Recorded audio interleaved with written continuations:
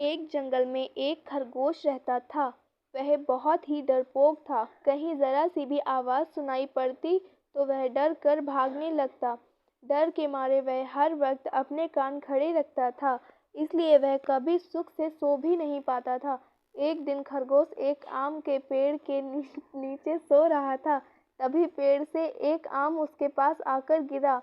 आम गिरने की आवाज़ सुनकर वह हड़बड़ाकर उठा और उछलकर दूर जा खड़ा हुआ।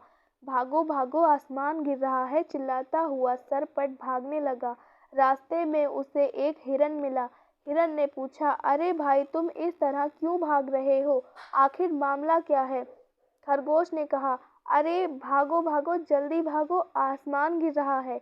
हिरन भी डरपोक था, इसलिए वह भी भयभीत होकर उसके साथ भागने लगा। भागते भागते दोनों जोर से चिल्ला रहे थे, भागो भागो, आसमान गिर रहा है। उसकी देखा-दाखी डर के मारे जिराफ, भेड़िया, लोमड़ी, गीदड़ तथा अन्य जानवरों का झुंड भी उसके साथ भागने लगा। सभी भागते भागते एक साथ चिल्लाते जा रहे थे, भागो भागो, आसमान गिर रहा है। उस समय शेर सिंह अपनी गुफा में सो रहा था। जानवरों का शोर सुनकर वह हड़बड़ाकर जाग उठा। गुफा से बाहर आया तो उसे बहुत क्रोध आया। उसने दहाड़ते हुए कहा, रुको रुको, आखिर बात क्या है?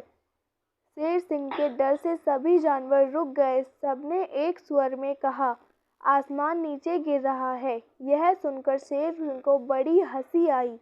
हंसते हंसते उसकी आंखों में आंसू आ गए। उसने अपनी हंसी रोककर कहा, आसमान को गिरते हुए किसने देखा है?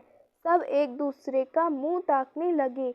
अंत में सभी की निगाहें खरगोश की ओर मुड़ गईं। तभी उसके मुंह से निकला, आसमान का एक टुकड़ा तो उस आम के पेड़ के नीचे ही गिरा है। अच्छा चलो, हम चलकर देखते हैं, शेर सिंह ने कहा। शेर सिंह के साथ सभी जानवरों की पूरी पलटन आम के पेड़ के पास पहुंची। सबने इधर उधर तलाश की, किसी को आसमान का कोई टुकड़ा नजर नहीं आया। हाँ, एक आम जरूर उन्हें जमीन पर गिरा हुआ दिखाई दिया। शेर सिंह ने आम की ओर इशारा करते हुए खरगोश से पूछा, यही है आसमान का टुकड़ा जिसके लिए तुम सबको भयभीत कर दिया? अब खरगोश को अपनी भूल समझ में आई। उसका सिर शर्म से झुक गया। वह डर के मारे थर-थर कांपने लगा। दूसरे जानवर भी सब घटना से बहुत शर्मिंदा हुए। वे अपनी गलती पर पछता रहे थे कि सुनी-सुनाई बात से डरकर बेकार ही भाग रहे थे। शिक्षा: सुनी-सुनाई बात पर विश्वास नहीं करना चाहिए।